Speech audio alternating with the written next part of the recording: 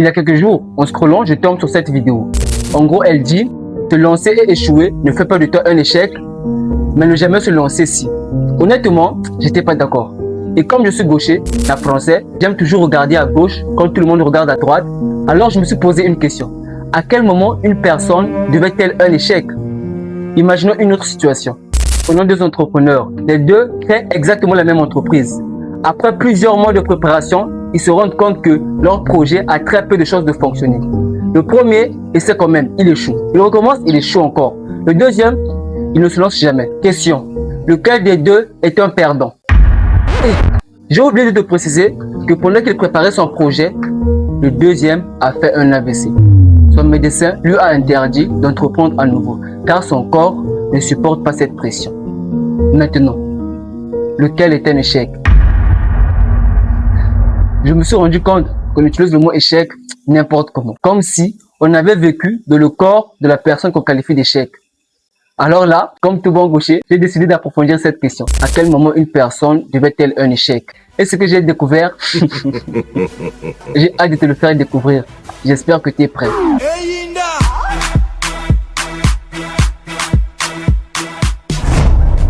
Après l'élimination de la France et de l'Angleterre, j'ai vu que sur les réseaux sociaux, des milliers de personnes se moquaient d'eux. Déjà, moi je suis un grand fan du Mesbal et Ekefoué.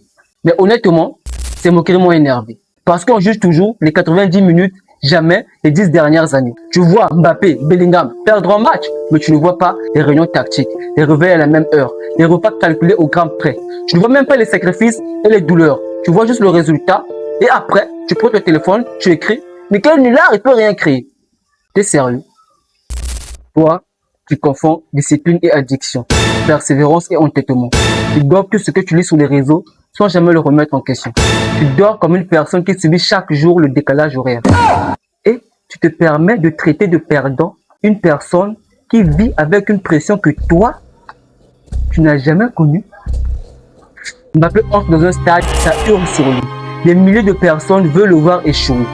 Chaque geste est analysé. Chaque match devient un jugement sur toute sa carrière. La moindre parole maladroite est aussitôt sortie de son contexte. Mais le gars revient encore et encore. Toi, un seul bourmin, et tu passes des semaines à dire « Oh, que tes fils sont pareils, personne ne peut l'argent !»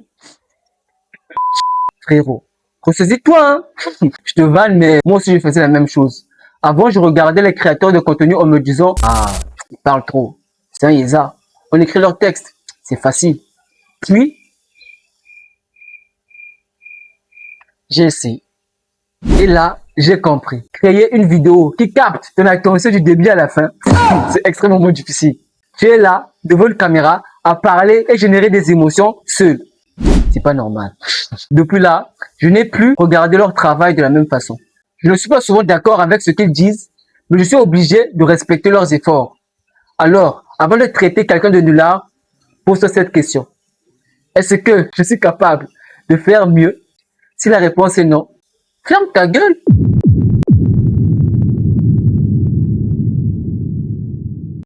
La moquerie inutile est devenue tellement forte aujourd'hui que même certaines personnes qui méritent du respect pour leurs efforts commencent à se chercher des excuses. Pas forcément pour eux, parfois juste pour rassurer leurs fans. Après l'élimination de la France, Ryan Cherki dit en interview: Ouais, c'est une déception immense.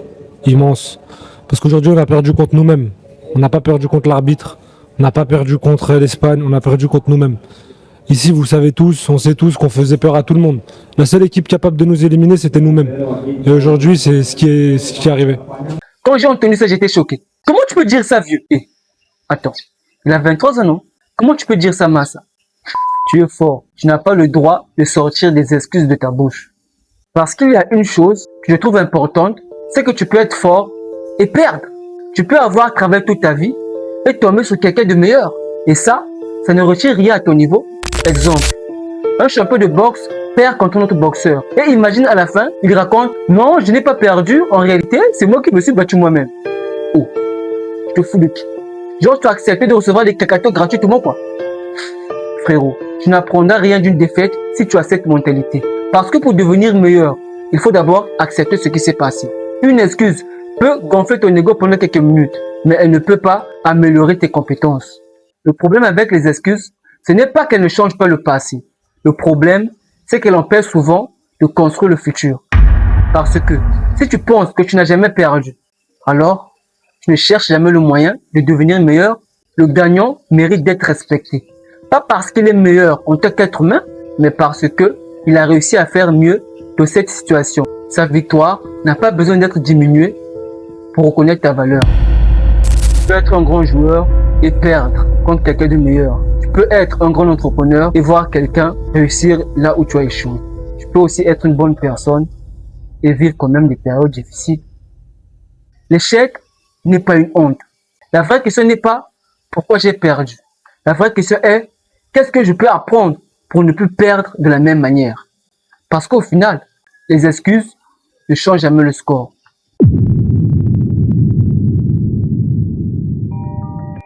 Es-tu le premier à avoir échoué? Non. Alors pourquoi continues-tu à souffrir comme si tu étais le seul? On ne va pas se mentir, échouer fait mal, très mal même, mais n'empêche, combien de fois vas-tu souffrir pour une chose qui s'est déjà produite? Imagine que tu traverses un désert, tu portes 2 bouteilles en main. L'une contient le meilleur jus du monde, l'autre de l'eau du robinet. En plus, il y a des détritus qui dansent dedans, donc c'est liquide. Et là, tu fais tomber la bouteille de jus. Le sable absorbe tout. Dis-moi, tu vas faire quoi?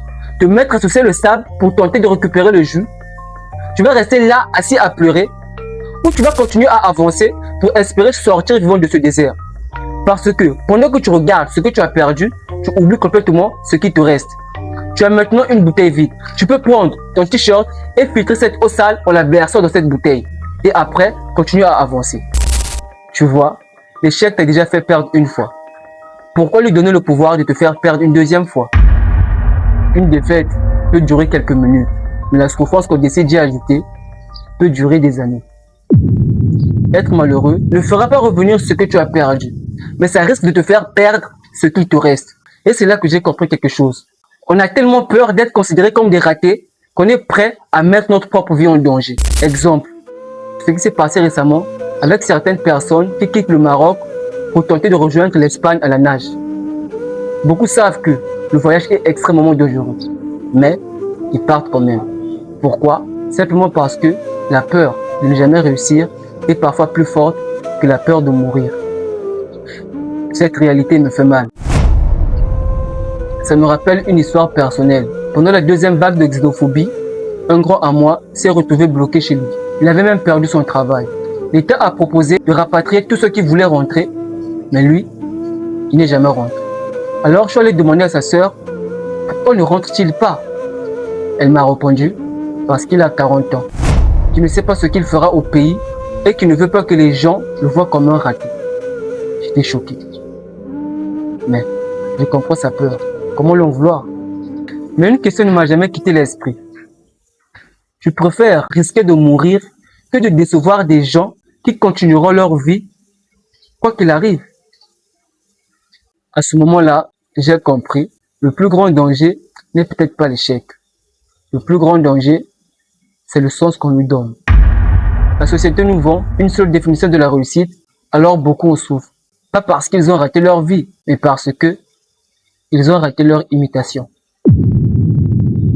Et c'est exactement là que j'ai compris quelque chose d'encore plus important.